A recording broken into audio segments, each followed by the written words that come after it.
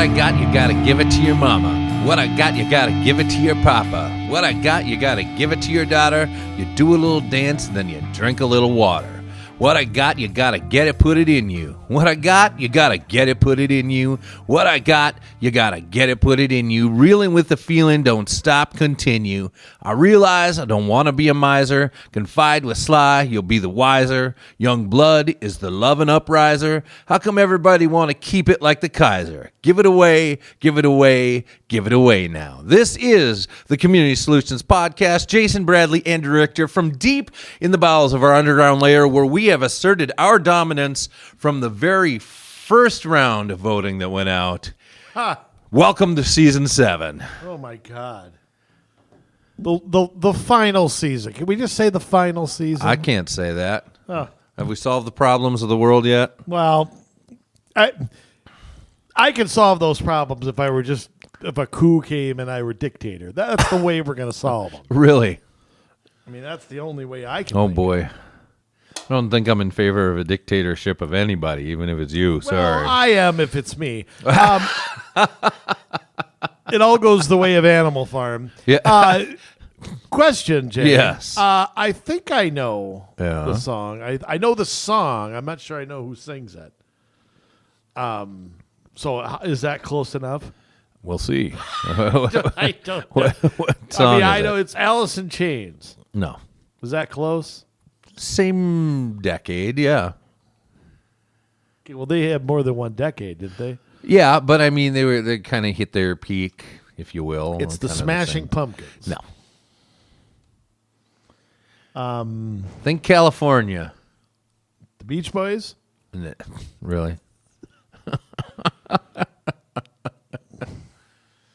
California. Yeah.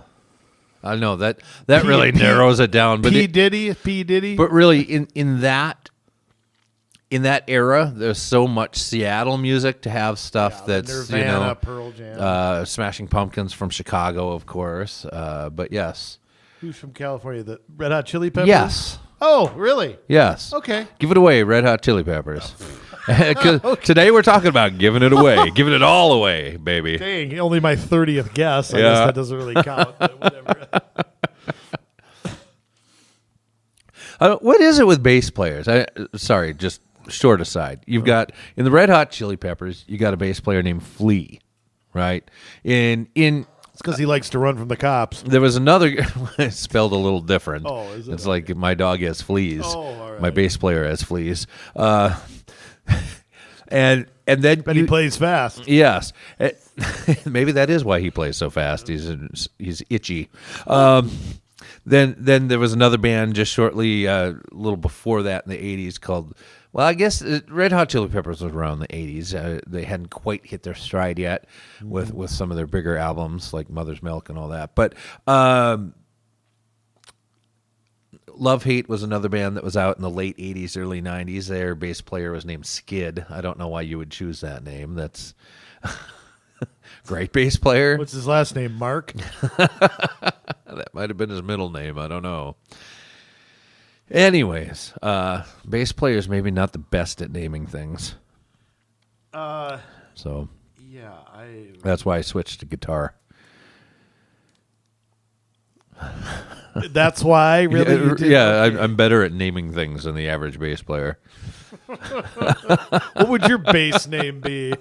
My bass name? Yeah, if you had to make, what are you going to call yourself?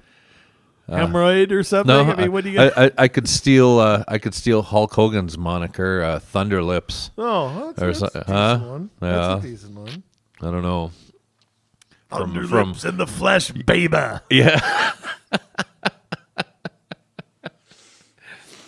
Oh boy. Good times. Yes. I'll tell you, Rocky 3 there. yeah, I mean, go back and watch uninitiated. that. It's a cool scene. It's a cool scene. I don't know how Stallone came up with that, but it was interesting. So. It was. Yo, Paulie. He's a 7 feet tall Paulie. Or whatever. I don't know. I just love the Rocky Mick thing. The one thing I hated about Rocky 3, even though if the storyline was that Apollo was going to team with Rocky, it wouldn't make sense if Mick was there. Right. Is that Mick dies. I think that so much of the heart comes out of that series without him, Right. Burgess Meredith. I mean, I think that it's just like he just embodies the crotchety old fighter of the 20s who, never made a nickel and broke his nose 50 times. It's sort of, it's hard. It was hard to watch the movies without Mick in them. Yeah. And just the great dialogue between the two of them, which was just so dumb, but it was great. Yeah. So anyway, by the way, Jay, Yes. first, before we jump into what you and I both want to talk about, always deaths at the end of the year. What is with people dying on December 29th or 30th or 31st? I don't know. It seems to happen a lot. I remember when President Ford passed away. I mean, I don't remember what year. Oh, goodness. Probably 15. I think President Bush was still there, George W. Yeah. And he died like on December 29th or something. And I've always noticed who dies like right at the end of the year. Oh, Baba Wawa passing away. Yeah. At 165. What did can I ask a dumb question about Barbara Walters? Sure. Because I don't really recall her. See, my big thing with Barbara Walters is she created The View, which I think is the worst effing show ever created on the face of the earth. Agreed. It is horrible. It's hideous. It's awful. I'd rather go back and watch reruns of the Pee Wee Herman show. I would rather watch what's that gay cub, Humpback Mountain. I'd rather watch that. Okay, it's that bad. I don't know about that. And the funny thing about it is, I used to like Rosie O'Donnell when she had a talk show during the day back in the 90s. I thought she was really good at it. Really, I didn't like it when she went off on Tom Selleck that one time. I love Tom Selleck. Yeah, that wasn't. How do you go off on Tom Selleck? I don't know. How do you go What's off the on guy Magnum? ever done to anybody? Who's cooler than Magnum? Nobody. With the car and the guy with the chopper and TC. Higgins, and Rick with the other guy. And Rick, he's in his Tiger's hat on. You got TC. Yeah, I mean Higgins and Rick. Yeah, no kidding.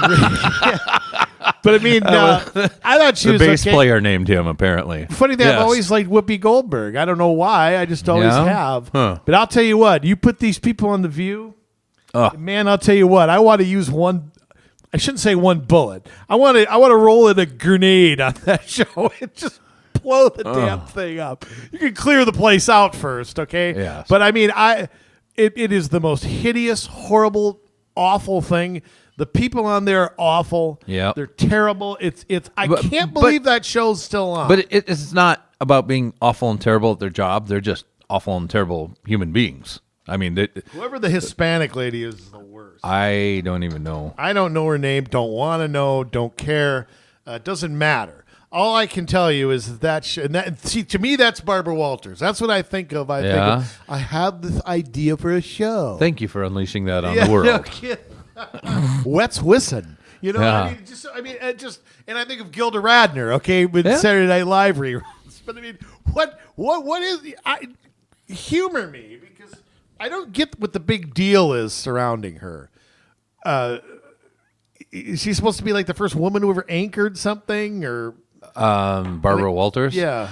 No, of course, I don't care about checking boxes. As far as The View goes, it's like the first show of gathering together a diverse group of women to have civil conversations about things. Well, that kind of went out the window long time ago. Real diverse, you're all leftists, and then real 7 different colored giraffes. Yeah. That's what you have. Real civil too. Yeah. But I mean, the point. But I mean, back in the day, was she like the first big female journalist? Or I guess so, maybe. Yeah, she got the Monica Lewinsky interview, I think, and that kind of like took her to stardom in the 90s. Yeah. Oh, I thought she was on way before. I mean, she was way before then, but and she was on 60 Minutes. But I think it was that interview that kind of changed everything for her. Yeah, she didn't even ask about the cigar. I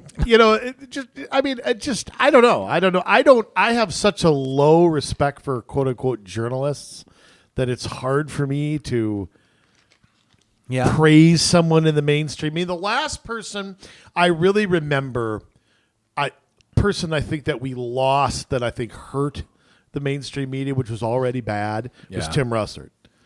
Because I thought for what he did, he was all right at it. Yeah. I mean, He wasn't too off the rails to the left, but I mean, when you compare David Gregory and you compare, George Snuffleupagus, I would take Tim Russert in a heartbeat. I'd take him now in the condition he's in now. Yeah, I would too.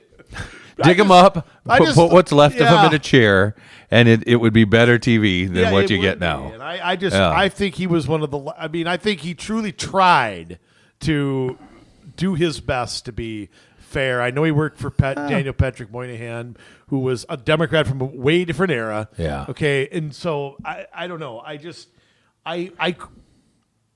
used to watch the Sunday shows and all that. Yeah. I wouldn't watch them if you strapped me into an electric chair. I wouldn't watch Painful. them. So Yeah. I don't know. I'm just again. I don't have much regard for journalists. So I don't. Because I don't think any of them do a very good job. I mean, when people when podcasts do a better job of analyzing news and asking guests questions, how do I respect ABC owned by Disney? Right. How do I respect that? You don't. And it's maybe more like the music industry as well, where it's the independents who still have something to prove, who are still hungry. It's those journalists like Alex Berenson, people that are telling the truth about what's going on. Yeah, and they get punished for it. They get punished for it, yeah. But, they're still doing it. I think Andy No has done some great work with what's going on. Antifa and all that kind of stuff. Well, and that's the thing. You don't have a microphone for that in the mainstream media. The mainstream media should be doing that. Yeah. That's their job. Yeah. It's not the job of, Glenn Beck, who used to work at CNN, by the way, which everyone forgets. Same thing with Tucker Carlson. Yeah. I mean, it's not their job to uncover all that on a podcast. Who these people are getting paid millions of dollars to be broadcasters. Right. They don't tell you anything. No, they do not. I appreciate Tucker Carlson. But you know what? Yeah. Comparing it to music is a great analogy because I've always said music today is a packaged product, and news is as well. Oh. News is a pretty face on TV or the person who will say the dumbest thing or the person who yells the loudest, and that... Look at ESPN. That's who gets their own show. Is it real journalists? No. Or is it someone who just, The producer tells them something in their ear and they say it. They read the, the monitor.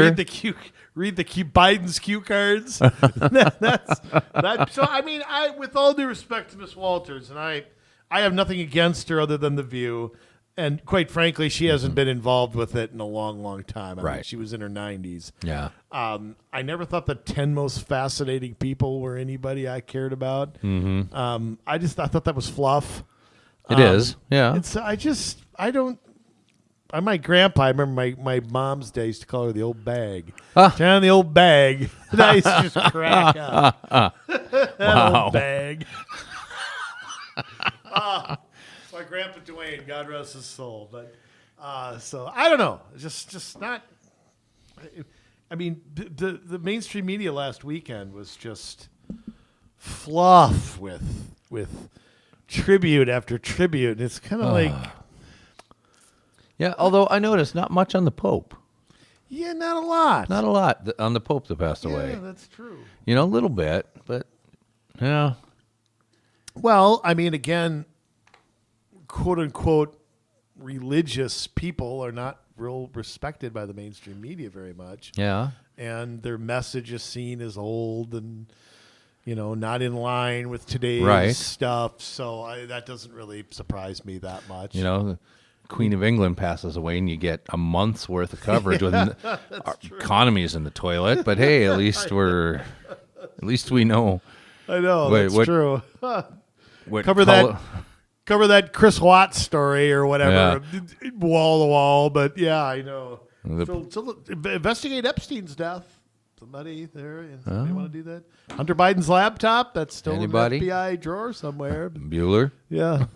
Origins of COVID. Anybody want to? 3 years later, where's MSNBC with their investigative journalism over The border. How's the that front. going for you? Yeah, I mean, so Yeah. it is. Yeah, I know it's hard to respect the mainstream media. It's really hard to watch. Yeah. So, speaking of things that are hard to watch, unfortunately for all of us, Congress convened, Yes. and I'll tell you what, I don't care who the majority is in Congress. That means nothing to me. I hate both parties. We're going to hell in a handbasket no matter what. So I don't care who runs it. I don't care who the speaker is. But I've never eyewitnessed 3 days of stupidity more than what I've seen. And look, I don't care who the speaker is. Okay, I don't care about. I don't know nothing about Kevin McCarthy. I know nothing about him. Okay, the only McCarthy I know is Joe, both the baseball manager and the senator. Okay, Yeah. I know more about the old Yankees manager. Yeah. But I don't care who the speaker is. I don't understand why it matters so much. I really don't. Mm-hmm. I cannot understand this fight. The Republicans have had. They knew they were going to be the majority months ago. Yes. Quite frankly, we knew it 6 months ago. Mm-hmm. Okay, and I know they didn't win by the margin that they were hoping for, but you have a margin nonetheless. You can stop anything that the president wants to do unless he decides to do it on his own, which, of course, should be exposed. Hello, mainstream media every day. What are they doing?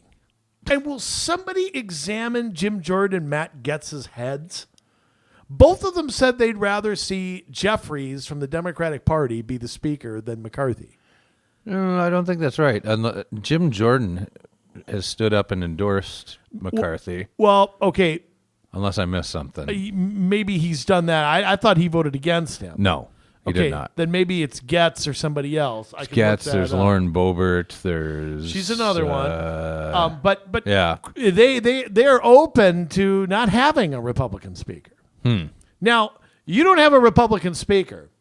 You can't bring anything to the floor. That's true. So what are they thinking when it comes to, okay, they disagree with McCarthy about something, or McCarthy stole their girlfriend, or I don't know what's going on. Yeah. But why is it they look like boobs? They look like a disorganized mess.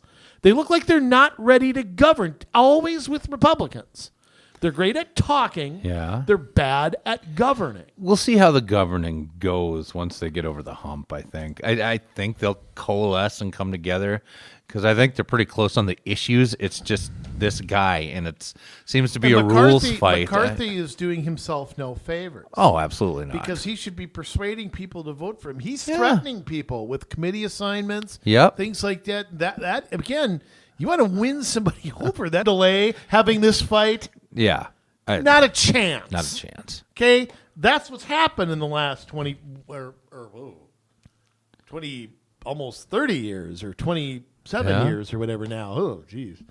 Okay, we keep moving the years here. But, I mean, Jay, explain it to me. What is going on? I apologize to Jim Jordan if I spoke out of turn there. I thought he was against McCarthy, but maybe he's no. not. He's stood up, and he actually nominated him a couple of times. So okay, I didn't see. Maybe that. Chip Roy is one of the ones against him, but I know Chip Roy said that he would be able to be convinced under the right circumstances to be able to. What switch does his that vote. mean?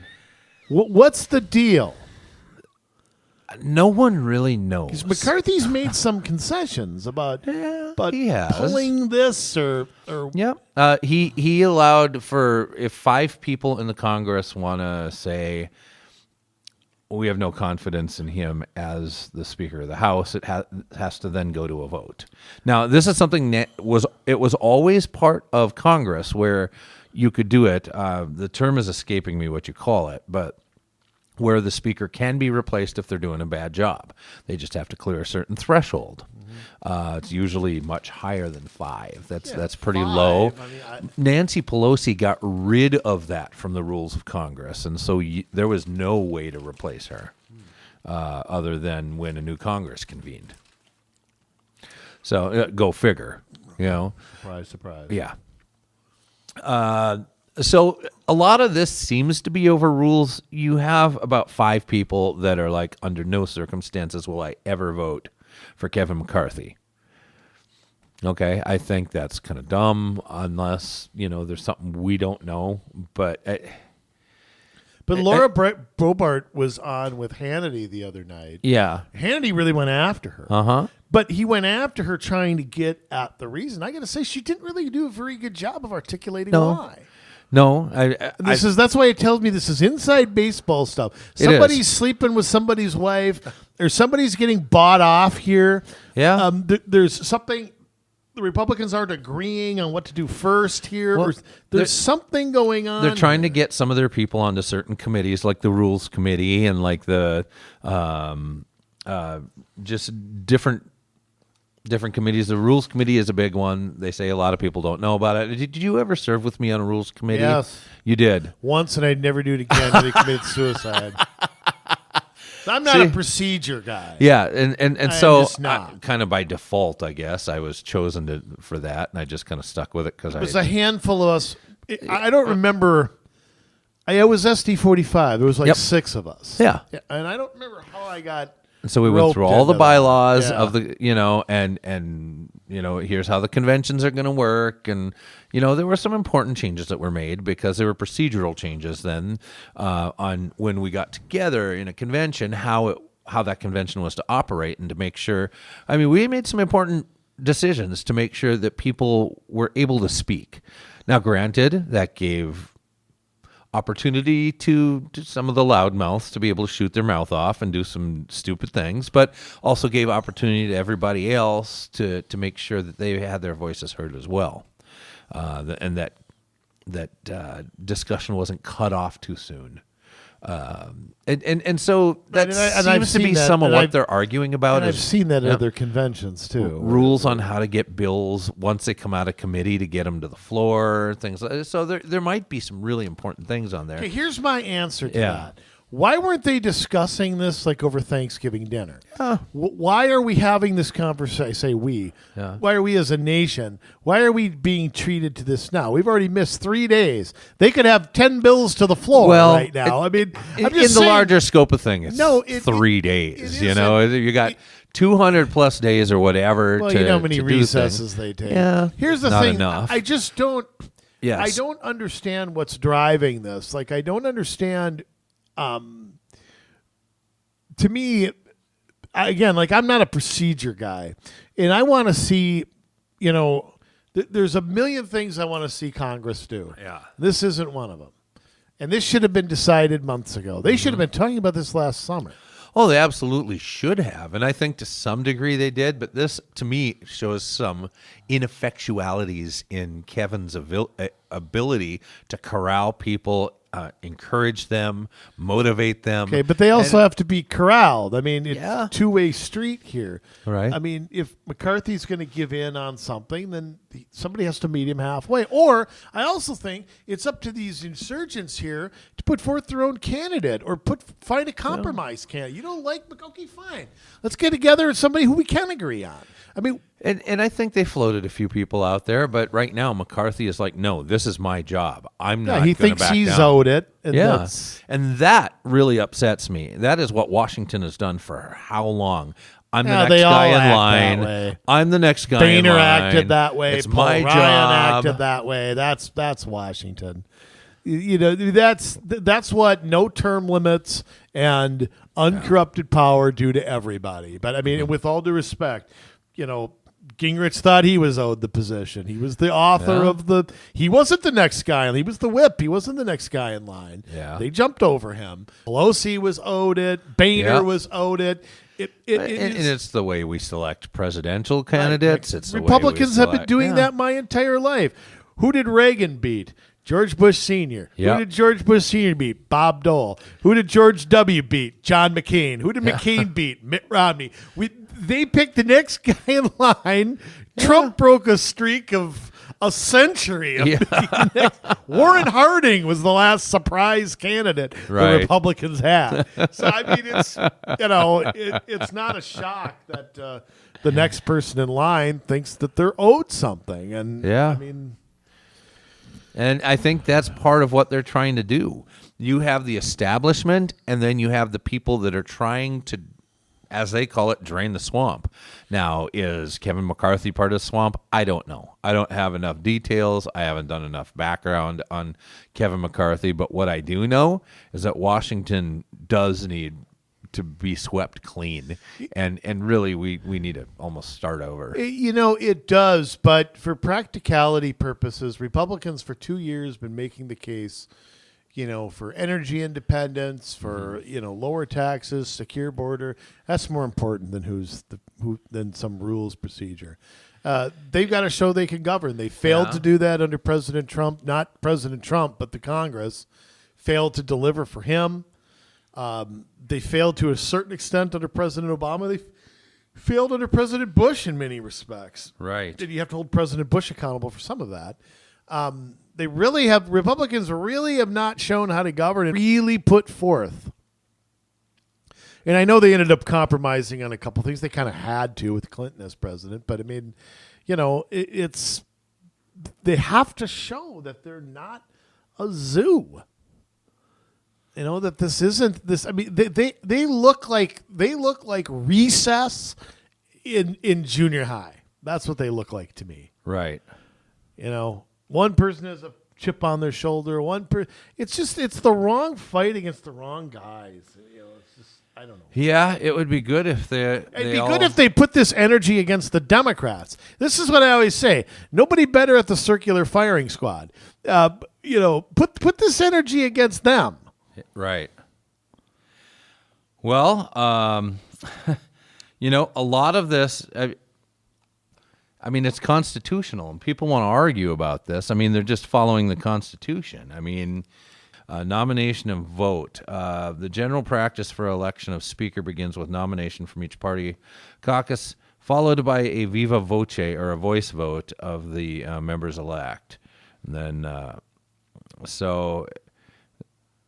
anyways, they spell it all out, and I agree. I mean, this is our republic at work, and just to have everybody in lockstep. I mean, if the guy is the guy, or the girl is the girl, and they're great, and everybody agrees, that's one thing. But if everybody doesn't agree, these are the rules. This is what the Constitution has laid out, and that they're actually following the Constitution. That surprises me a bit, but they kind of have to in this situation. But yes, they should have been better at politicking over the last 6 months to make sure that when they got to this point, but you've got two sides that don't want to move. And yeah, you've got Lauren Boebert and you've got Matt Gaetz, who are acting like numbskulls on one side, but then you've got guys like Dan Crenshaw acting like a numbskull on the other side. And I'm sorry, we do not, as conservatives, believe in top-down government where it's what I say goes. You're going to fall in line. You're going to do what I say. And that just kind of comes with the territory. Yeah, I don't think that, but I mean, and I agree to an extent. I just think that that's what I'd like to see. The problem, action on that stuff. The problem isn't the process, but it's you say they all kind of generally agree on it. That may be true. More maybe or less. They don't all agree on priorities. Maybe it's to different degrees. But I still haven't heard Republicans talking about that either. Right. What are you going to do? Nobody seems to, have any clue what's going to happen first or what's. That's not true, actually. Day one, they're going to fire all the IRS agents that Biden wanted to hire. Okay, well. Or defund them or whatever. So.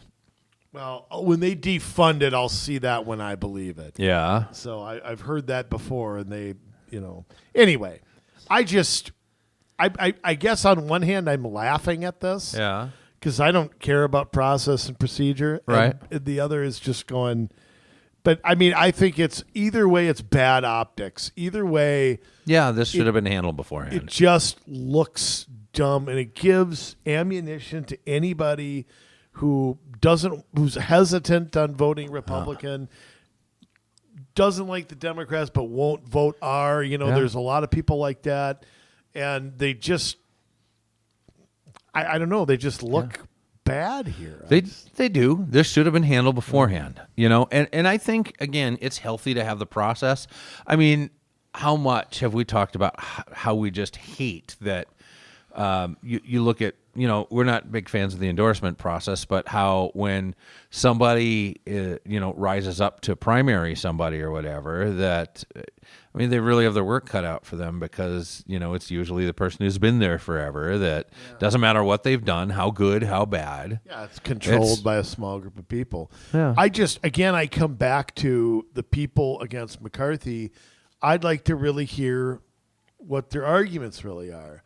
And when I hear them, I'm not hearing that. Right. I am hearing personal grudges. I'm Yep. hearing he doesn't want to appoint my people to this. That's what I'm hearing. And that's very different than what you're saying, in my opinion. It depends who you listen to. I think But that's a lot even of it. more. These 20 he- people ought to be able to speak with one voice here But- and say, okay, here's our list of things we'd like. Yeah. If you compromise on this, you have our votes. Yep. Okay?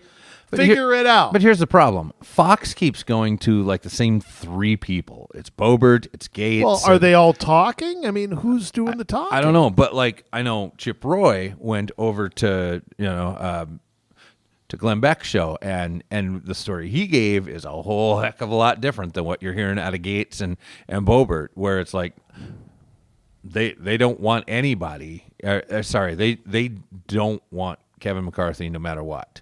Is the sense I'm getting, that it is personal, that they don't want that. You hear a guy like Chip Roy talk, it's different. And plus, when you see when they went to adjourn, of course, those five were like, nope, we're not adjourning. We're going to keep voting. And they were just within one vote of not being able to adjourn.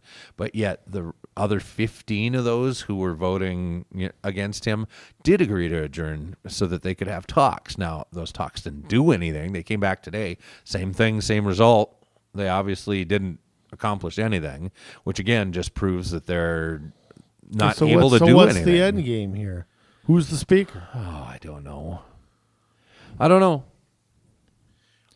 Here's what I fear. I feel rule change. I feel because they can vote to suspend the rules, and that's what could be really a problem. Because if you look at Jeffries, he's got 210 Democrats or whatever. Yeah. And if it goes to plurality, what happens then? I don't think they'll do that. It would. So are we just going to vote 5 times a day for the next 6 months? It shouldn't take that long. Remember, we're only day 3. The last time this happened, it took 3 days. The first time it happened, it took 3 months or whatever. But but look at the situations around that too. One was the Civil War, and so there was a lot of different opinions. Well, yeah, it was pre-Civil War as well. Right. There were a lot of issues electing somebody because you couldn't appeal to all sides, and you'd end up with a compromise. You'd end up with Franklin Pierce. That's what you end up with. Yeah. That's a problem too. So, Right. You got to have a competent person. I don't know what's worse, this or The View. It's close. I would still rather watch this than The View. It's painful. That's for sure. But yeah.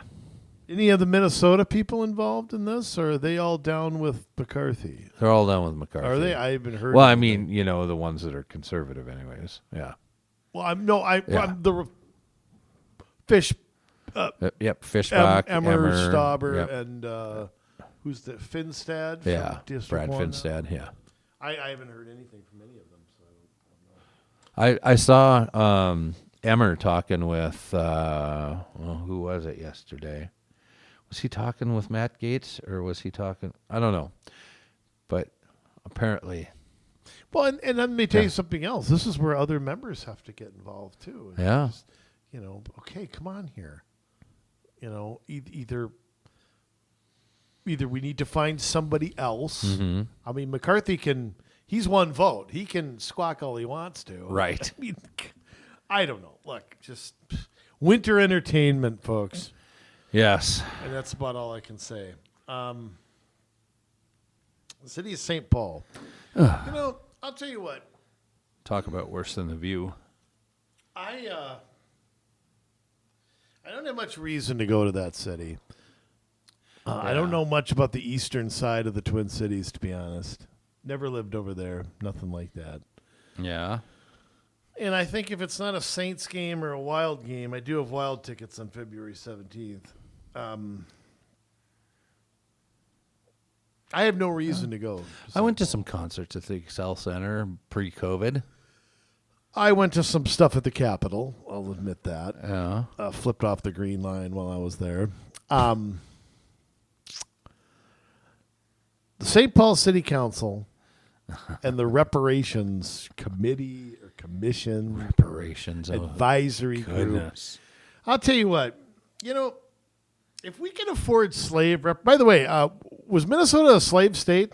No. That'd be a big negatory. Okay, so I don't know. I don't know who we're reparationing. Reparationing, is that a word? Reparationing? No, I don't think so. Who are we reparationing here? Who's getting my money here? It's like a bad episode of the Maury Povich show. Oh my God! And you are the father. Yes, you are the slave owner. You know what? Yes, I loved that. I loved the paternity test. Oh, I'm sure you did. Oh my God! It was I can see you. I think it's good television. I think it's good television. I mean, it's horrible circumstances. You were a big Jerry fan as well, I assume. No. When he first, I just feel like, where do you get these people? This is the first thing I want to say this year. Where do you get those people? So I love Dr. Phil. I think there was a lot of acting on those shows. Well, there's some, but I watched Dr. Phil, and you never run out of crazy women and men who are assholes. You never run out of them. Just where are they all? I mean, they're just every guy Dr. Phil has on is just a pile of crap. Yeah, and every woman is just psycho, just whacked out psycho. Like 24/7 PMS. That's what they are. The Amazon Battalion. Okay, so it's like, where do you get these people? Wow. So St. Paul, where do you get these people? Jay, let me the reparations. They have to be from the city of St. Paul. Do you? Yeah. The Reparations Legislative Advisory Committee. This has a 2-year history. Really? Yes. And I am at stpaul.gov under the Reparations Legislative Advisory Committee page. Resolution 21-77, January 13th, 2021, the City Council passed. They passed a resolution apologizing on behalf of the City of St. Paul for the city's role in institutional and structural racism experienced by its residents. Now, that would be I-94 they're talking about, right? Is that the Rondo department or whatever that they're talking about? I mean, what? I don't know. They're talking about a whole bunch of stuff. Yeah, they actually have, whereas, although slavery was illegal in Minnesota, Dred Scott and Harriet Scott were in bondage at Fort Snelling. I'm going to dispute that a tad because that went to the Supreme Court. But in the aftermath of slavery, African-American citizens of this country continue to face brutal discrimination, as evidenced by Jim Crow forced blah, blah, blah, blah, blah. Was that here? I don't think so. Yeah, Rondo neighborhood, you're right. Yep. It's in here, too. Uh-huh. Of course. Oh, boy. Whereas the killing of George Floyd at the hands of Minneapolis police officers has led to local, national, and international reckoning of immorality of racial hierarchy. There is no proof that was a racial incident. I know, but there's no proof. You know how the people create victims. Because one guy's white, one guy's black, it's racism. It's not the guy's just a jerk. By the way, is there racism the other way around? Oh, no. A black There's person never kills a racism white the other way person. around. Why is it if a white person and a black person get into something, it's always considered racist? Well, because... Like if a gay guy gets killed, which of course I don't want to see anybody get killed. Right. If a gay guy gets killed, automatically assume that being gay was the reason. Right. Well, it's kind of like COVID. If you get into a car accident and you had COVID, COVID is the cause of death. It's the way they do everything. At least in it's New York. It's Okay. Resolution 21-886. Boy, they passed a lot of resolutions. oh. Passed by the City Council June 16th of 2021. Established the St. Paul City Council Legislative Authority Advisory Committee on Reparations, appointing members. Now, I'm not going to read them here yet. Okay. But, Jay, we're going to get to that. Yeah. I can't Committee wait. membership. We're going to do it right now. All right. Screw it. We're going to do it right now. Convener biographies. Okay. So they have convener biographies, and then I don't know if these people are committee members. Okay, so here are the conveners. Convener number 1, Veronica Burt, who is, quote, a social entrepreneur. Wow. Huh. What the hell is that? I don't know. She's worked with a variety of grassroots, nonprofit, and government entities on matters of social and racial equity, housing. There's that equity again. Yeah. Jobs, business development, youth engagement. Veronica is a student of African American history. Oh, yippity-doo-dah.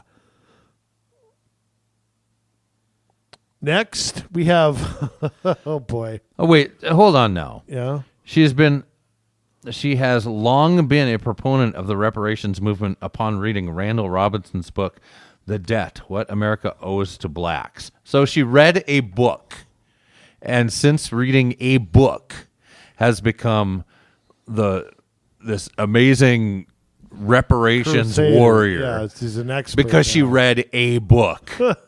A single book. First time I wanted to get a boat, I read Huckleberry Finn. Okay. Yeah.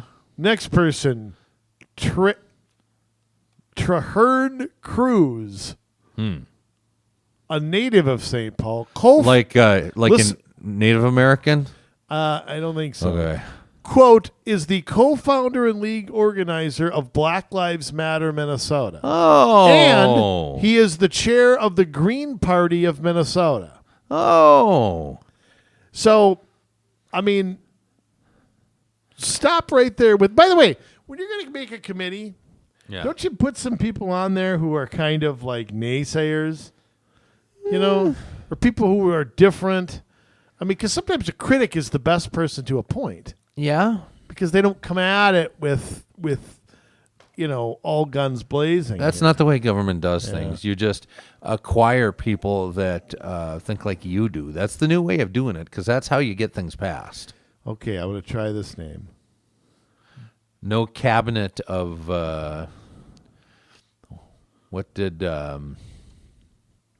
Oh, that's Jackson. or Jackson? Kitchen cabinet. No. I wasn't thinking of that. Oh. Like, he purposely sought out people that he disagreed with. What's the term for that? I don't remember. I don't know what the hell you're thinking. Cabinet of rivals? I don't know. You're full of crap. No. All right. No. Listen to this. It's a Dr. Yahuru Williams. Well, you didn't talk. Oh, you talked some about Traherne Cruz. Yeah, I got tired of it. Is distinguished university chair, professor of history, and founding director of Racial Justice Initiative at the University of St. Thomas. Dr. Williams is the author of Black Politics / White Power, Civil Rights, Black Power, and Black Panthers in New Haven.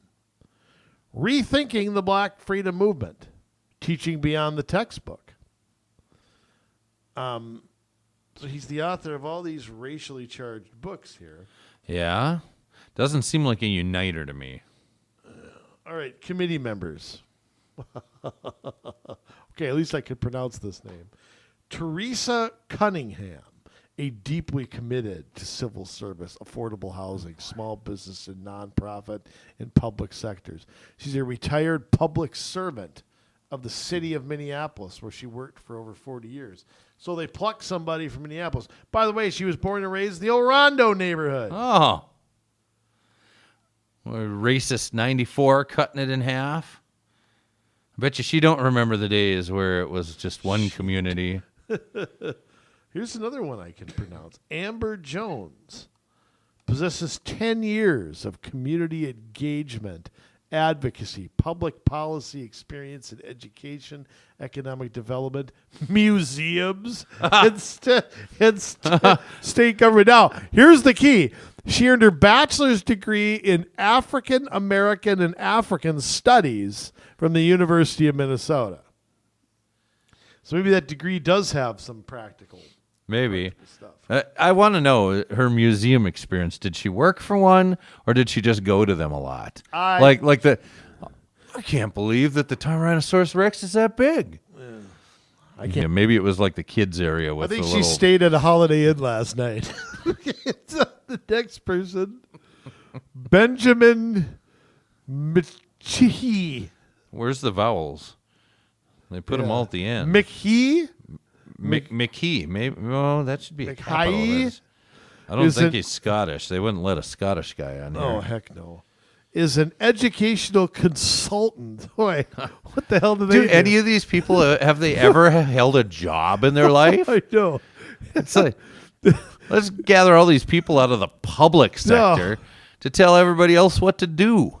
He is also the history and founder of African American Registry. What is that? That sounds bad. Why would you want to register your African Americans? I don't know. I wouldn't trust that. I wouldn't trust that at all.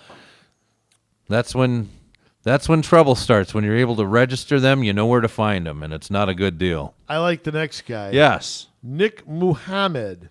Is a Twin Cities transplant from Indianola, Mississippi. So we got to bring a guy in from Mississippi to be on this. Because, of course, they had racism down there.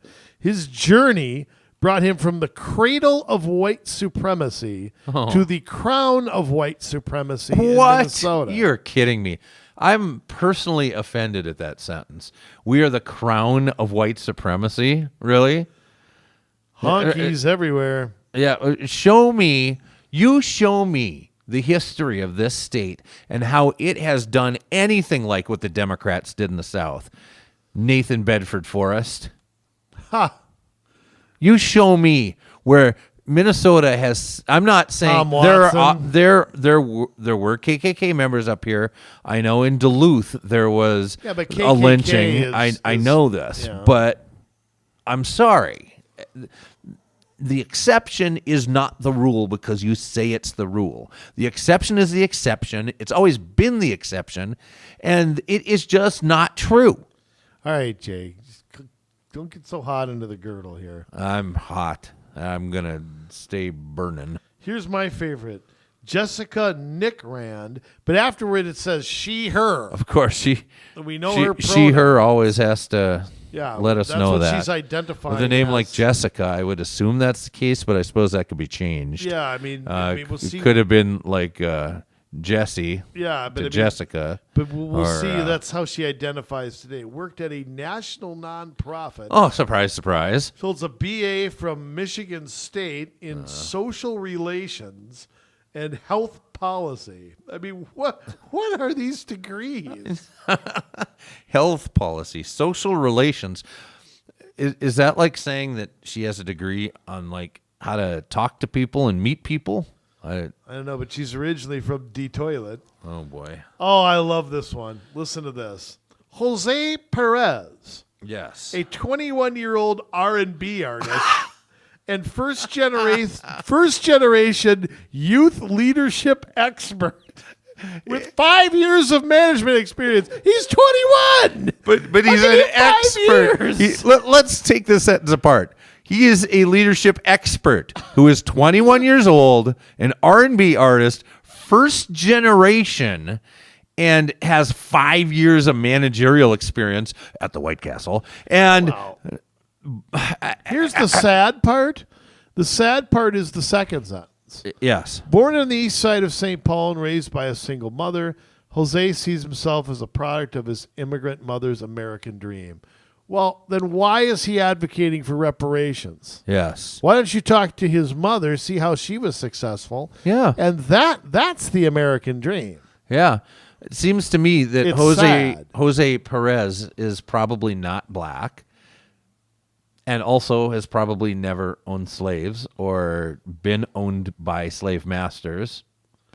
Being Hispanic, maybe he's half, some other race. I don't know, but first generation, and his mom came here as an immigrant. And what am I missing here? I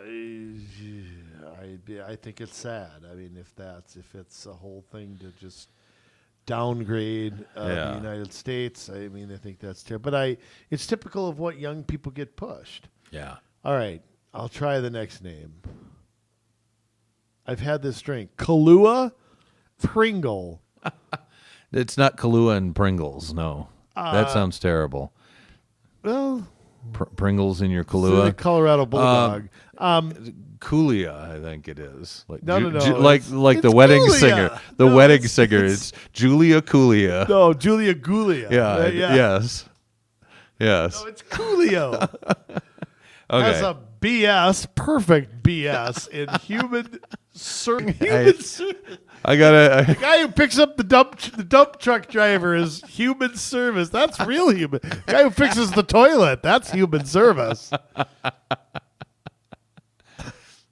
What is and it? then minored in human service administration, so she's able to administrate the service that she got the BA or BS in.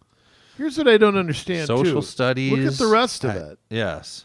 She is a former educator. Well, surprise, surprise. Yeah. And currently a Bright Beam activist and Midwest region organizer with the National Parents Union and lead education advocate and organizer for National Parents Union of Minnesota. She firmly believes there's no such thing as other people's children.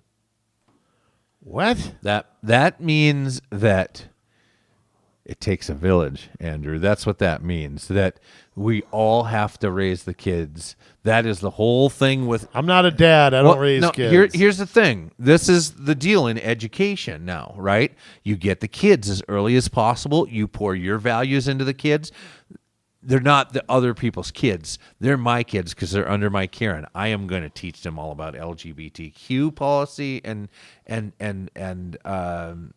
agendas. I'm going to teach them about the racially motivated.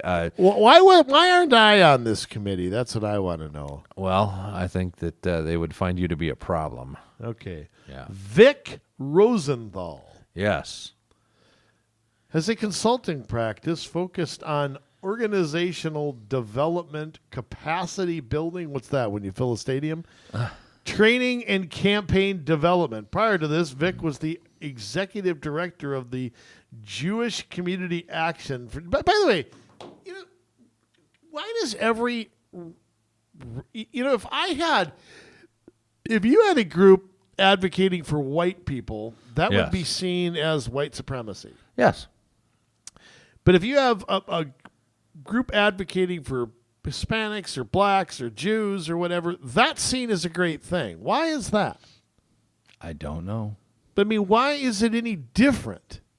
It shouldn't See, be. I want white people to succeed, but not at the expense of everyone else. Right. I want everyone to succeed. Yes. But success, however you define that, is not given to somebody.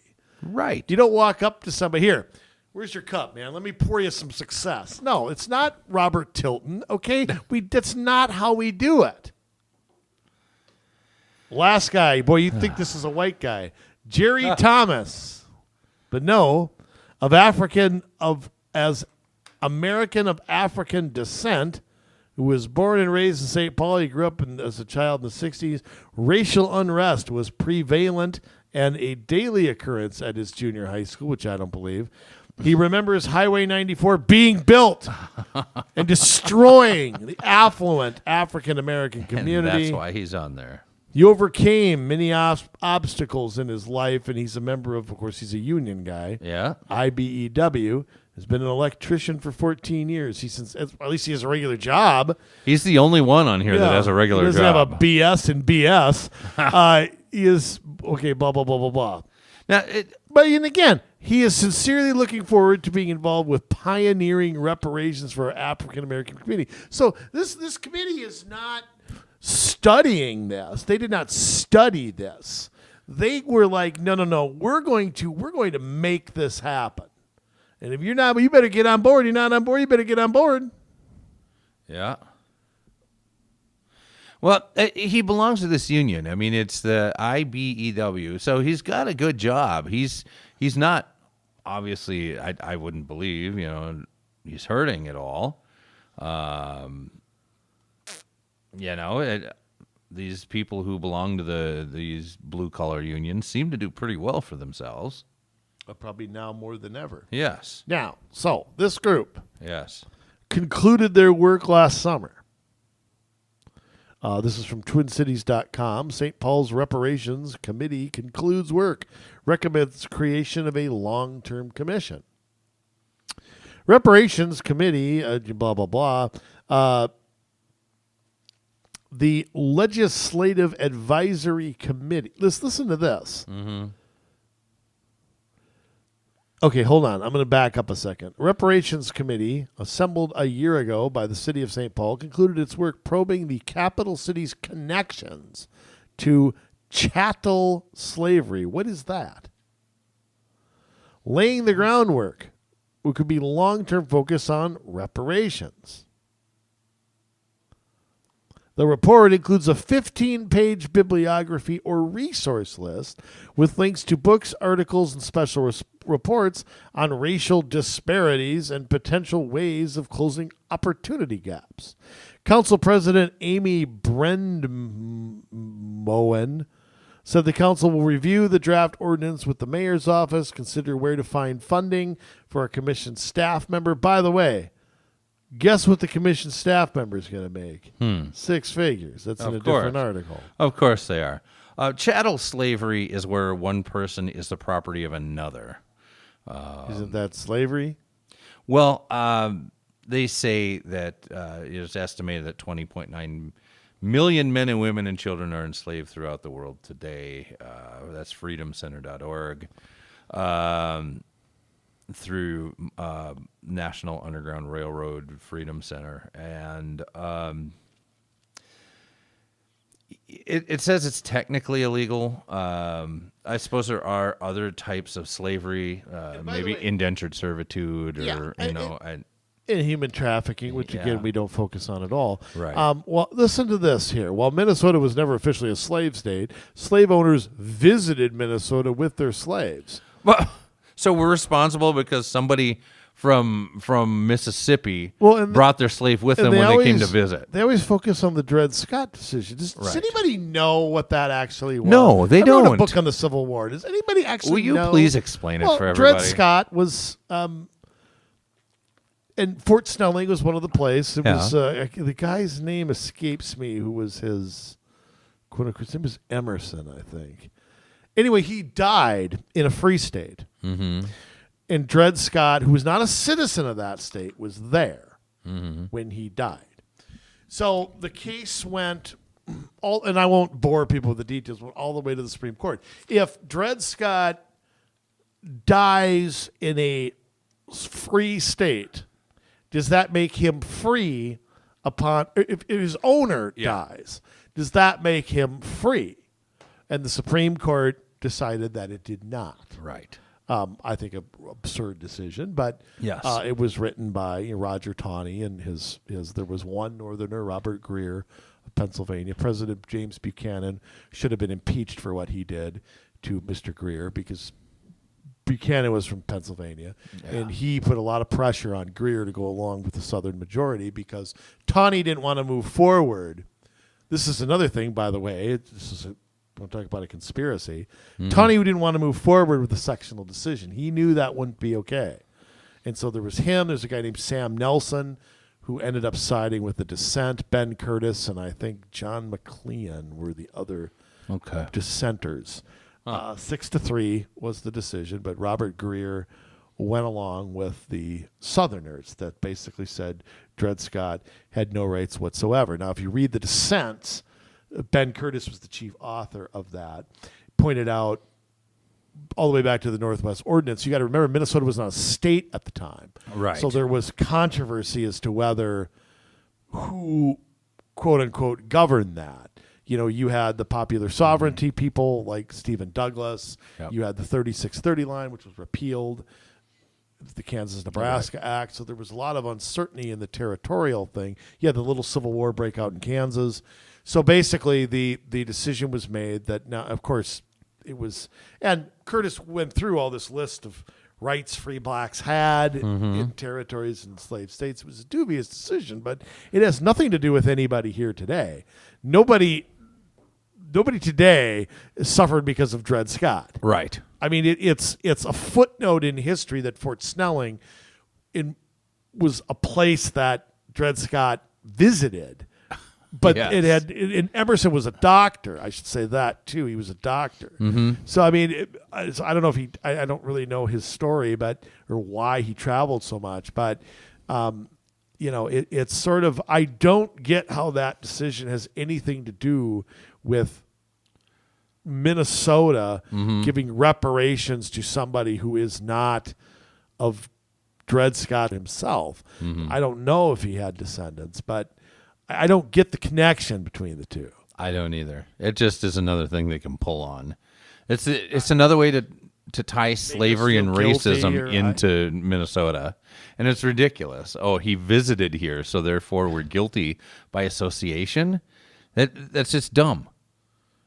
Dumb. I'm People, lost on it. slaves visited the state, and so we're responsible. What were we supposed to do? Go, like, kill their slave owner and free them? Well, the Supreme Court said that didn't matter. He Well, would remember not be free. the law of the land from the Compromise of 1850 was the Fugitive Slave Law. You got to remember that was still in place. Absolutely that didn't it get was. repealed yet. In 1857, that wasn't repealed. They couldn't just go running free. I mean, it fact, would have been the right thing to do. I don't think that was repealed until President Lincoln. I don't think it was. So, Yeah. quite frankly, the law of the land was what it was. I can think it was terrible, and you think it was terrible, but again, I don't see the connection 170 years later to St. Paul. Minnesota wasn't a state. I don't even know that St. Paul was a city. I mean, there were more Indians here than there were anything else. I don't get it. Yeah. So it makes no sense. That whole argument is just, and if that case went to, if Dred Scott's owner went to die, nobody knew who Dred Scott was. Right. It was a total circumstance of what happened. Yeah. I don't know. It's ridiculous. It's ridiculous. These people are ridiculous. I don't know. Just the whole conversation over this, I think, is beyond absurd. Because again, if you want to help, and I always come back to this, that you can't help people who won't help themselves, Jay, and you also can't help people by making them wards of the state. That does more damage to them than you can possibly imagine. Right. So you want to stand here and give people handouts? That is not the road to success. You find me a successful person that goes back to, man, boy, if I didn't get that welfare, if I didn't get that free this or free that. No, it was somebody who took the initiative, stopped complaining, and started doing. Now, look, I'm not going to sit here and pretend everything's equal in this nation. I'm not going to do that. But I also feel like the whole notion that, first off, let me back up a second. If St. Paul has the money for reparations, why don't they have the money for tax cuts? Well, that's a great question. Why don't they have the money to hire more police officers? Ooh, that would be a good thing to spend money on. Where does this come from? I want to know. Right. We know where it comes from. Where all bad ideas come from. California has their own reparations committee. No, there's other states and cities too. Oh yeah, absolutely. This ain't the first one. What California calls it, the California Reparations Task Force. It is a state agency in California, and it is tasked with studying and developing reparation proposals for African Americans, especially those who are descendants of persons enslaved by the United States, but not necessarily. How are you going to prove that? And here's the thing: California, another non-slave state, and did you hear how much money they were looking at giving to people? No. Like, hold on, I gotta find this so I Where get does the California number right. have any money? Everybody's leaving that state. Well, I mean, there is that. You can only tax Silicon Valley so much. Yeah, there is that, yes. Let's see here. So they have a 9-member reparations task force, and they had come up with, what number was it here? I mean, I want to say it was like just to give, let's see, Californians eligible for reparations. The task force decided in March would be descendants of enslaved African Americans or a free black person living in the United States prior to the end of the 19th century. Nearly 6.5% of California residents, roughly 2.5 million, identify as black or African American. Oh, they get to identify as the that? panel is now considering how reparations should be distributed. Some favor tuition and housing grants, while others want direct cash payments. Housing discrimination, mass incarceration, unjust property seizures, devaluation of black businesses, and health care. In discussions for compensation, the task force estimates compensation of around $569 billion with $223,200 per person. Oh, my God. Yes. That's insane. That That is be right. insane. That is, yes, I've heard that. $569 billion? Yes. That's 10 times as much money as the state government of Minnesota spends in 2 years. Yeah. Look, you can only tax Mark Zuckerberg so much money. It's just, I mean, come on. And he's not going to be the one to pay it because all of that's offshore. He makes capital gains taxes, Exactly. not income taxes. Yeah, he doesn't. And that was the whole thing with Trump and his tax returns. Well, how much of it's capital gains tax, you bozos? Well, and he got hit with the alternative minimum tax. Yeah, a couple he times did. Too. Yeah. You know, here's the thing about Trump. These rich guys have so many guys working on the taxes. Yes. All they do is sign stuff. Right. They don't sit there and do them. No. Drag Mark Zuckerberg or Yeah. Warren Buffett up and see what they know about their taxes. Can you see Warren Buffett sitting there filling out a Schedule Oh, C give or me a break. Just hand it off to somebody and say, how do I pay the least amount? Yeah. That's what they do. And you know how it is. Create a foundation, get into a business where you Yeah. get subsidies like farming or green Yep. energy. That's how they do it. Throw a bunch of money into these foundations. $1 salary. So this is now a thing. Yes. This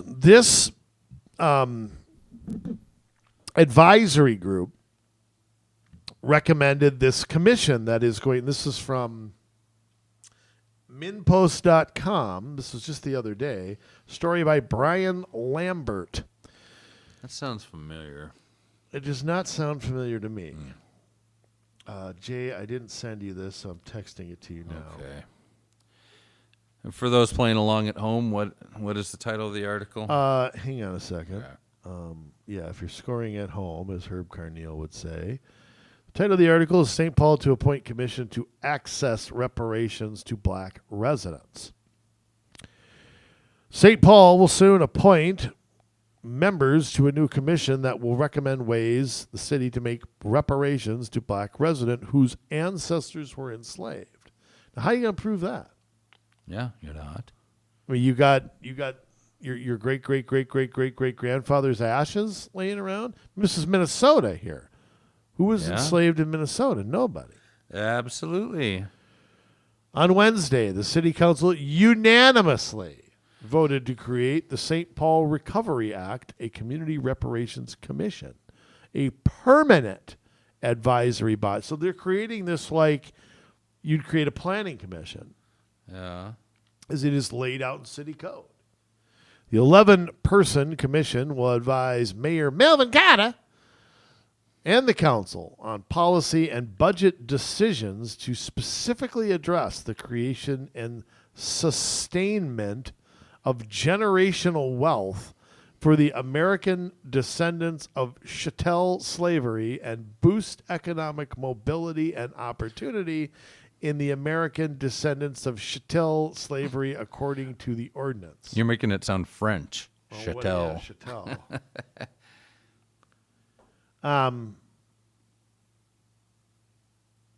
The article continues talking about how white the legislature is. Yeah. 83% of the state is white, but it's 90% of the lawmakers. Yes. So we've got to change that. We've got to check them boxes. We need more chocolate chips in this vanilla shake. Yeah. So, and there's a few other articles on this. There's one on Twin Did you notice at the top of this, before you move on, there's a reason, and the answer why we're having to deal with this is in the photo that's at the top of this article. Have you ever noticed this in the Ramsey County Courthouse? The artwork that's part of the building there. I hate art. Well, Just kidding. Actually, Art and I got along well. yeah. Wait, what is that? A pickaxe up there? What is all Does that? that is what you would call Soviet art? Oh, really? I mean, take a look at that. I mean, anything that you would see from the Soviet Union, the out of communism, East Germany, all of it is like this. Really? Yeah, very much so. I did not know that, as Johnny Carson would say. Wow, that explains a whole lot. Well, who did that? Who drew all that? I have no idea who. Well, nobody drew it; they chiseled it in or whatever. Who they chiseled did. it up there? I don't know. Well, you don't know much, Jay. I don't. I just saw this for the first time. I could do some research, but I don't care that much. Yeah, I don't either. But what it does show is the type of politics that I imagine this building was built quite a while ago.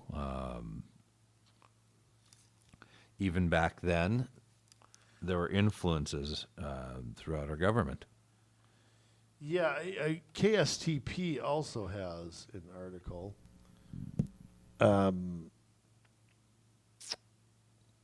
Entitled St. Paul City Council Establishes Permanent Reparations Commission. In the end, I think as the family that we are here in St. Paul and in this country, that there will be some healing and we'll be able to see value in each other, said Councilmember Russell Bollinger, who represents Ward 1. Ward 1. Here's something else, too. The 11 Commission long-term policy. The City Council will hire a staff person dedicated to this work with a $100,000 budgeted salary. Why can't anybody from government work for like $18 an hour like the rest of us have to? Yeah, that would be nice, huh? Same benefits. Of course, for those of us that are self-employed, that means no benefits. Yeah, but no kidding. We are committing St. Paul to never go back, but to keep moving forward in the vision of real racial justice, said Councilmember Jane Prince, who represents Ward 7. Committee co-convener Tarahan Cruz, heard that name, described Wednesday's vote as just a really exciting moment for us today. Oh, geez, you and your vote get a room. It's rich with history. We have a lot of work to do, Yes. he added.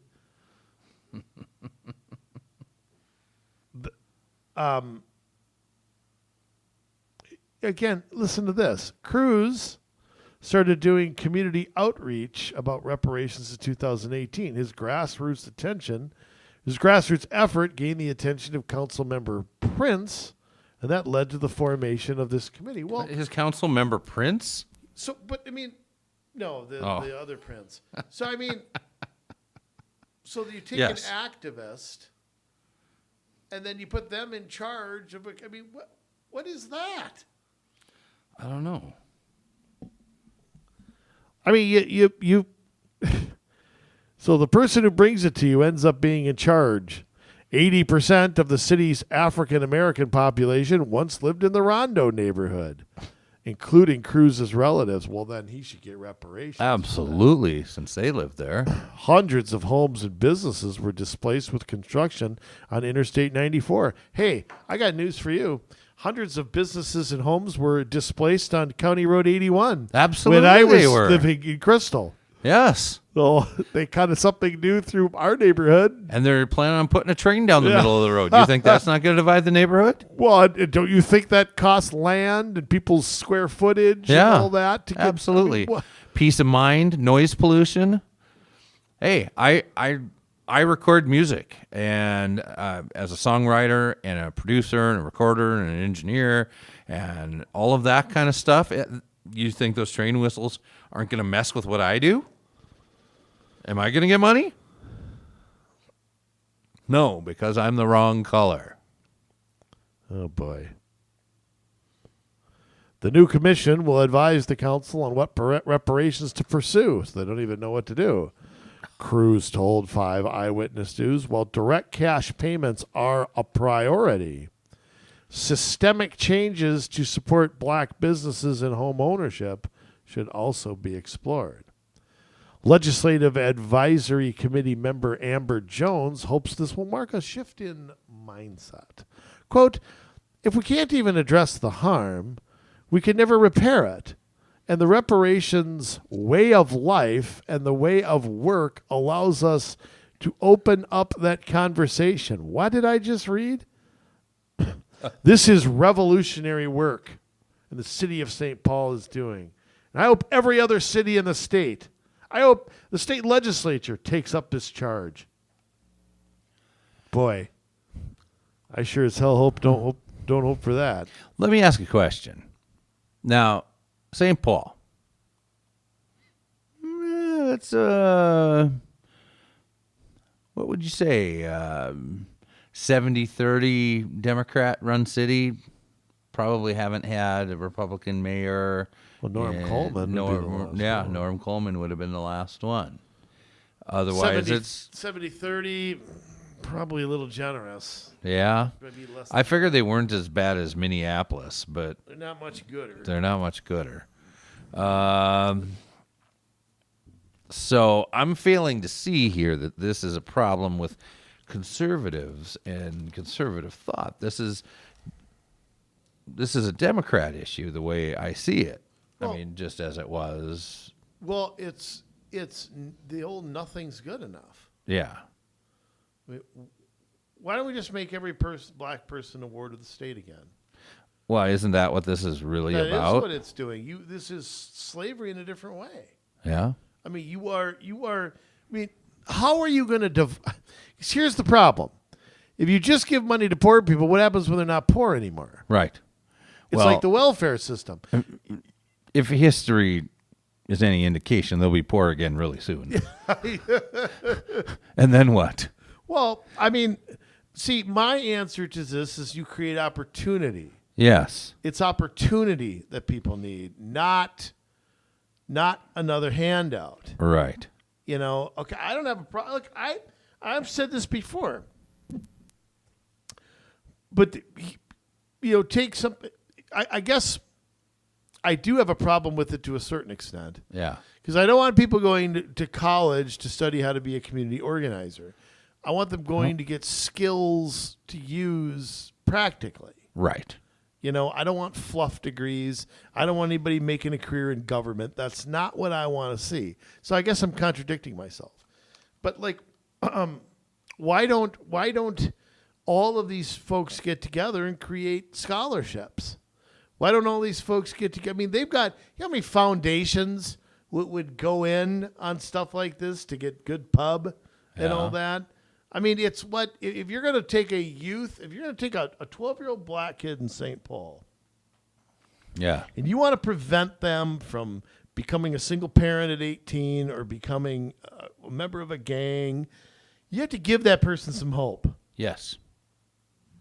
And getting a check for a couple $100 a month from St. Paul is not going to change that person's circumstances. No. What's going to change it is the opportunity to get somewhere. Right. And if you give them a couple $100 from St. Paul every month, if they... What's his incentive to do anything now? Well, that's what I was going to say. It's like if you give that person that money and then they all of a sudden decide, you know what? I'm going to put this money towards buying some product and I'm going to turn around and make a business for myself. As soon as you start making more than X amount of money, you're going to get punished and you're going to get told from the government you're making too much money. You either need to stop or get off of the system entirely. And there's this gap in there. If there's any kind of gap, actually, it's from how do you move from being on government assistance to not being on government assistance, because Very hard. there is this gap where it's impossible. You leave it, you don't have enough money to do what you need to do without that money, but then you want this business or you want Or the to second go work for somebody. The second you make $13 an hour, you're Yeah. cut off. Yeah. That's been the problem with our welfare system for 60 years. Absolutely. Is that it's become generational because it's hard to get off, because the second you bring home one check, that don't solve all your problems. Right. It's a start, but we don't wean people off of it. Right. There it's- should be some sort of sliding scale. Yeah, it's like you've been taking Prozac for 5 years, and we're just gonna cut you off of it tomorrow. You're a basket case. Okay? right. So I don't take crap like that. Why don't they do that? Why don't they have like a sliding scale to get somebody into a position where they can stand on their own 2 feet? I don't know. Provide incentives for them to get off. It's Incentives to go back to school, yeah. get their diploma or whatever. I mean, your chances, if you have a high school diploma, Yeah. your chances that you end up on welfare are way lower. If you have any kind of college, any kind of 2-year degree, your chances are way lower. Why aren't the labor unions like in the schools, like in high schools, looking for recruits to come and learn how to be a plumber, how to be I don't a know master what they're electrician, doing. They should be like, hey, here, why don't you have a job fair in a high school and say, here are some of the great trades you can come and work for and how much you make in those trades? Why don't they do that? I don't know. I think you have a lot of problems there because first off, the public schools still push the 4-year college no matter what. Right.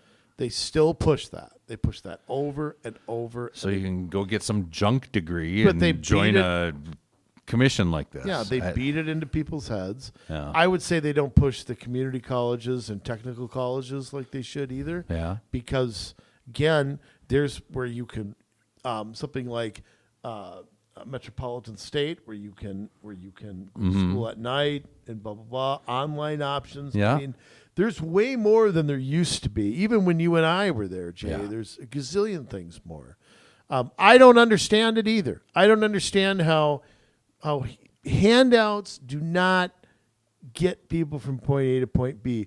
There needs to be, I'll quote Dr. Phil again, and I'll quote Winston Churchill. This is not the end. It's not the beginning of the end. It's the end of the beginning. And like Dr. Phil always says, a journey of 1,000 miles starts with a single step. Step one is to do A, B, C. And it may take you 2 years to get where you want to be. Yeah. I mean, it could take a long time to go back and get your diploma if you don't have it. Mm-hmm. You can take a GED, but I think that's kind of a cheap way out. But, there's a lot of steps that have to happen. You got to start at a company somewhere that may be at the bottom. You may be at the bottom for a year. Yeah. You may have to get a second job. Hey, guess what? I do it. Mm-hmm. I'm 45 and I still have 2 jobs. Actually 3, because I'm going to count what you and I do. Yeah. 3. But, you have to be willing to put in the time and you got to be willing to do the work. And Yes. But again, housing assistance, that's one of my favorite ones. If you want to reduce the cost of housing, St. Paul, I have some ideas on that. How about, just a thought, reducing property taxes? Wow. What a novel idea. I'm just saying. Yeah. How about reducing the cost of permits, reducing the cost of,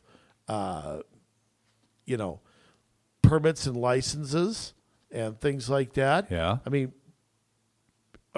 getting rid of the what was the thing we got rid of in Crystal? The point of sale. Yep. Get rid of that. There's a lot of ways you can reduce property costs. Sure. I just think that there's. But that's not what they're talking about. They're talking about, the lending system is racist and they withhold loans from people of color, which they don't do. If you have enough money for a down payment and you've been in your career for at least, a certain number of years, doesn't matter what your color is, you can buy a house. I know because I've seen people of color living in houses, not apartments, in houses all over the stinking you got to go out and establish and pay Yeah. the money back. Uh-huh. Just like I have to. I mean, again, home ownership is an end game. Yep. You don't have to start with owning a start home. renting. You do. We all did. I did. I was 21 and had nothing Yeah. and got an apartment. Yeah. Had an apartment, worked 2 jobs. I'm going to make a prediction. I'm going Yes. to make a prediction that this fails. This fails royally. And the answer from St. Paul is going to be to double down on it. Yes. They The will answer not from St. say- Paul is to turn up the volume and do it more. They'll just say, we didn't do it hard enough. Right. We didn't It's like go after COVID. it. We didn't Yeah. lock down enough. That was Right. the problem. So that's what's going to happen here. The ideology, it's all already in place. They'll start, and then first it'll be, we'll make $200 payments to people. Well, that's really not enough. So it'll be 500. Yeah. Then it'll be $1 million. Then it'll be 20 million. It will never be enough. Government's never enough. Never enough. But this is something to watch. And I'll tell you what, I don't think this will come to the suburbs because they don't have the budgets for reparations no. and stuff. They're not getting the free money. But it could come from the county level. Possibly. I mean, and again, that's where the state has an obligation, I think, to step in here. Yeah. But they won't. Of course, Because we've got 4 years of Democrat rule now in this Republicans state. wouldn't do it either. They'd bloviate. They'd They'd talk about it at a they'd Tea say Party we're meeting. not going to allow this, and then it'd pass an omnibus bill. Not going to Wow. happen at all. So, Yeah. I mean, quite frankly, this will be the norm in the big cities and the big blue states. And you can I blame Republicans for a lot of it. They've abandoned these states. Neither state's a 50-state party. Whereas, this is like the post-Civil War. We've got Yeah. the solid South and that's one thing missing from the election analysis last go around is even though everything's going to hell in a handbasket, the blue states didn't really turn red, and the red states just got deep red. Yeah. I mean, deep red. I mean, Florida, Ohio, Iowa, all states Barack Obama won. Yeah. They're not purple states. They're not. There's very little blue Yes. left. And I think that's sad. I don't like one party rule. I don't No. like that anywhere. People should, it's why I hate gerrymandering districts. I hate all that stuff because that's not how our country's supposed to be. You should have to fear re-election. You Right. have to listen to people, not just some party insiders and fundraisers. So again, I mean, St. Paul, this is, not going anywhere. And by the way, when Norm Coleman was mayor of St. Paul, he and the Democratic City Council took the opposite view on most of this stuff. Go look at the performances of the magnet and charter schools back in the 90s. I mean, it wasn't charter schools yet, but magnet schools. Cedar Academy in Minneapolis. Look at their performance 25 years ago. Look at under Coleman and a Democratic council. Remember, he had an authority that a mayor doesn't have in most cases. Right. Were able to grow jobs, and they were able to, St. Paul was a ghost town. The whole city center area was just I know. dilapidated. Everything And, closed at like 5. it was terrible, and that city Yeah. changed for the better for a while, and it's just gone back. It's just done nothing but gone backwards ever since. It's sad. Point to where the success is. So, but I can't, again, with the council like this, Huh. I mean, Yeah. this is going to fail, and the answer is going to be to do it more. That's government. The more you fail, the more you get rewarded. Mm-hmm.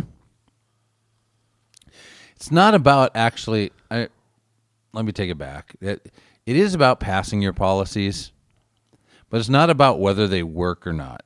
It is about just moving as far away from conservatism and destroying every last vestige of what America is and was, and replacing it with something different. Yeah, and government, you can so compare it to a corporation. They're very similar. You watch How I Met Your Mother? No. Okay, well, Barney Stinson, one of the characters there, who's played by Doogie Howser guy, he said, and it's so true, that what I might have said this before, but what corporations want are people who seem to have good ideas, seem to be big risk takers, but actually do nothing. Yes, I would agree with Doing something will get you fired. that. Yeah. And it's so profound, because it's like, how many people just sit in government and don't do anything? What they do is horrible, but yet they're always there. It's the total truth. Well, Like go to a city and try to change things and see what happens. Be a police chief that tries to change things. Be a mayor who tries to change. Be somebody like that and see what happens to you. Yeah.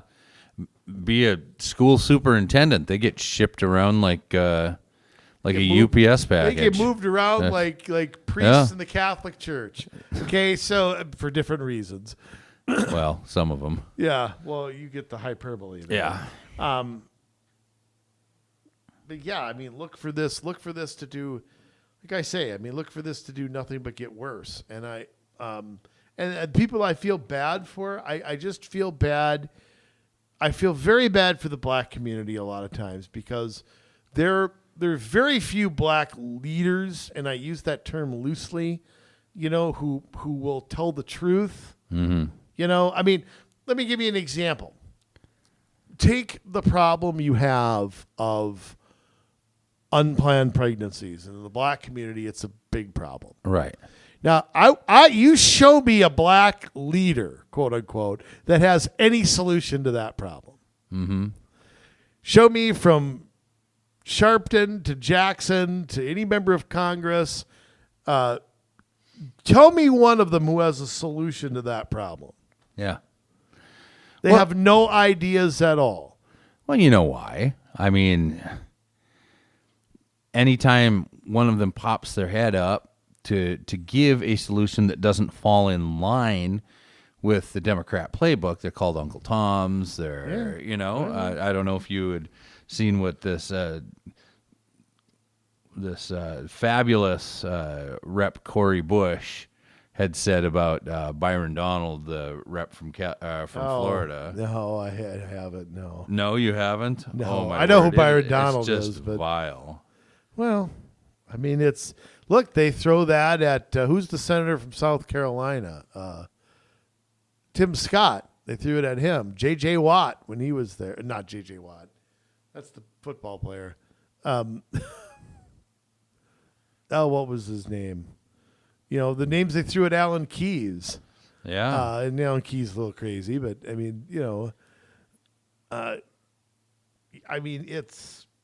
it is Clarence Thomas, probably the biggest victim of any of it that I've ever seen. Probably true, yeah. It's funny. I just Googled this so I could read it. Here's what Google says. It looks like the results below are changing quickly. Why would they? They came from a tweet that she made. It's not disputable. If this topic is new, it can sometimes take time for reliable sources to publish information. Check the source. Are they trusted on this topic? Come back later. Other sources might have more information on this topic in a few hours or days. It's like, oh, my word. It was in a tweet she wrote. She wrote. I wonder if it's been She erased. wrote. Let's see if I can get the whole quote. For what it's worth, and this is Rep. Byron Donalds from Florida, who's a black man, Black a Republican. Yep. For what it's worth, Donalds is not a historic candidate for speaker. He is a prop, Bush claimed on Twitter. Despite being black, he supports a policy agenda intent on upholding and perpetuating white supremacy. His name being used in the mix is not progress. It's pathetic, she continued. Yeah, I mean, it's the equivalent of Lee Zeldin getting called an anti-Semite. I know. He's Jewish. He's Jewish. Oh. You know, These I'll tell you people, what, when yes. they resort to that, they have nothing to say against Donalds. They have nothing to rip on him about. No. So they, again, what do liberals do? Check the boxes. Yeah. He's black and he's not with us. Well, then he's this, that, and the other thing. All right. So, but I'll tell you what, to this day, the treatment of Clarence Thomas, you find me a black liberal who would ever get treated like that, and anybody Yes. would get away with it. Oh, and the president of the absolutely United not. States was one of the leaders of it, by the way. Yes. That filthy animal in the White House. Yep. So, quite frankly, I mean, that was sad. I'm a little too young to remember Robert Bork, but Yeah. being a white guy, he was the term borked. he became a verb. Yes. I know, just awful. I mean, again, I'll go back. I don't know what's going to solve this. I mean, I don't know what's ever going to solve this. I don't know. I think you're in the black community. You got to start questioning who you're voting for. I think that's healthy of anybody. Yeah. Start questioning everything. I just don't understand why that hasn't happened. I Yeah. really can't understand why it hasn't happened. Because my view is my entire lifetime, I feel blacks have complained about the same things. Some of them legitimate, some of them I question. And yet they're voting for the same people, yet nothing's really changing. Mm-hmm. So maybe that's the problem. Yeah. When you have for now, since LBJ really pretty much. followed this party, and they have done nothing for you since the 60s. And quite frankly, you want to talk about props? Yeah. Who checks boxes? Who uses people as props based on their race or their gender or their age? Yeah. Or who does that? Right. Or their Who gender identity. Yeah, I mean, Yes. who runs commercials of people pushing grandma down the stairs? Who does that? Yeah. So I don't want to hear it from whoever that was. Bush's beans. All right, Jay, we've babbled long enough. Yes. You can go search for this stuff and cry about it just like we are. I mean, it's pretty bad. It's a pretty auspicious start to season 7. Oh, and it's almost my birthday, too. Yeah. That's what we had to talk about leading into my birthday. Well, I mean, I only turned 25 once. I mean, come on here. And that was in 2002. But a little late to the party. just a tad. I tell you what, I'm not insecure about my age, but it's hard to believe that I'm going to be 46 years old. Yeah. All right. Well, now that I've said that, Jay, please, as always, we're such downers on this program, but just pretend we're not for a few minutes. Styling and profiling, jet flying, limousine riding, wheeling, dealing, son of a gun. Jay, take us away. Thanks, Andrew. I don't know, 2023. We're not off to the best start here.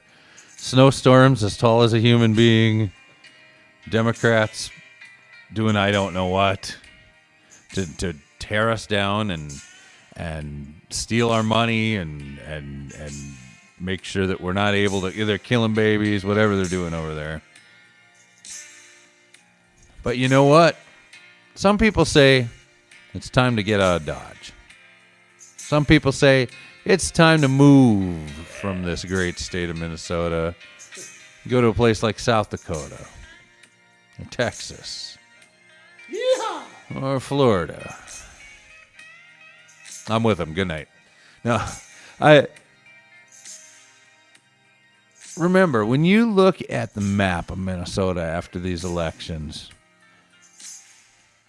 there's a very small area that is blue. There's a very large area that is red. We surround them. We do. And they've got a lot of traction in the Twin Cities, Duluth, Moorhead. There's little pockets here and there. But really, and so there really is more of us.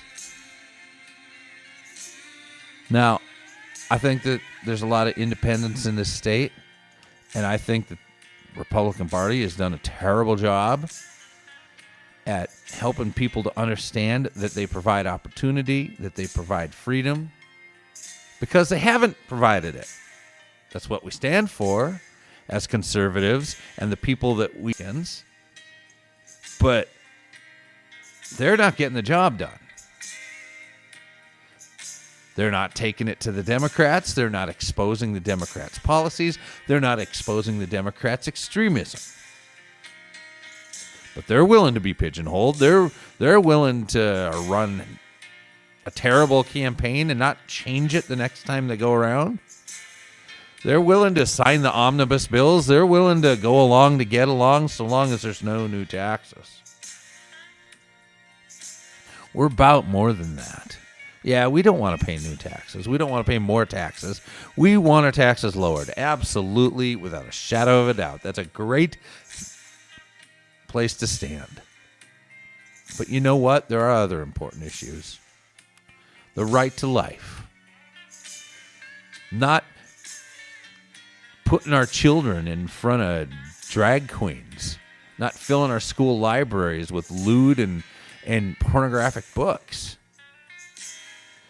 Not pushing kids into confusing them about their gender and then pushing them into choose something. No, there's so much more that needs to be done. So many more places where we need to do better at standing, because we haven't done a good job at standing. We have done a terrible job at standing, and I don't know if that's because we're just too busy, or we don't care enough, or we think it's not going to get that bad. It's already that bad, and it's only going to get worse. And that's why we need all of you to make a decision in 2023. Now, I don't believe in New Year's resolutions. I think they're ridiculous. Most people break them by the couple of months in. What I'm talking about is determining in your heart that you're not going to let communism, socialism, fascism, any other ism, atheism, whatever, humanism, to take center stage and make any more progress under your watch. That you're going to care for your children, that you're going to care for your parents, your friends, your family, your neighbors, your city, your church, and that you are resolute about doing something different to make a change. That's really where we find ourselves. I mean, there are a handful of cities and school districts that are going to have elections this year, and maybe you need to get yourself engaged to run in one of those races. I'm more than happy to offer our services if you choose to do that. We've won plenty of city and school board races that we would be able to help you run an amazing race. Maybe it's to sit on an advisory commission next time there's an opening in your city, in your school district, in your county. You want to know how to do that? Get a hold of us. We'll let you know. Maybe you need to start a podcast or a blog or a vlog. Maybe you need to start some sort of a newspaper, or you need to start a cable access TV show. Maybe you need to get out on a street corner and just start meeting people and talking to people about the issues. Maybe you need to sit down with them, hang out in places where people gather and just build relationships, have neighbors over for dinner. That's how we change things, one mind at a time. When people who are on the fence or maybe a little to the left meet us and talk to us, they find out we're not such bad people. That we just want a lot of the same things they want, and we just maybe don't agree on how to get there. Or maybe they haven't really thought their positions out and they've been handed down to them. That is where we need to do a little better work. You know, we've got a Republican Party that hasn't had a leader that can get the job done for a long time. All of our third parties in this state are in bad shape. The one that was starting to get a little traction has gone the way of the rest of them. We got to stop looking for a savior in the political world because no one's coming. No, instead, we need to buckle down, renew our faith in God, renew our faith in our ability to accomplish something. And we need to step out and do something. Andrew had mentioned a quote earlier. He was talking about something from Winston Churchill. And I have a similar saying that I came up with. Sometimes to have the faith to move a mountain, you first have to learn how to kick a pebble. And so you move that smaller rock, and you're going to have the faith to move a bigger one, and you're going to have the faith to move a bigger one, and someday you're going to be able to move that whole mountain. But it starts with doing something small and ordinary, something that doesn't seem special. But it is, because anytime you do anything, it builds your faith. Anytime you step out and do anything, it builds confidence. We have got to get rid of the problem. We've got our own swamp in St. Paul. We've got our own swamp in our city councils, our county boards, our school, cleaning those things up. And when we clean those things up, then I think we can think about some bigger things.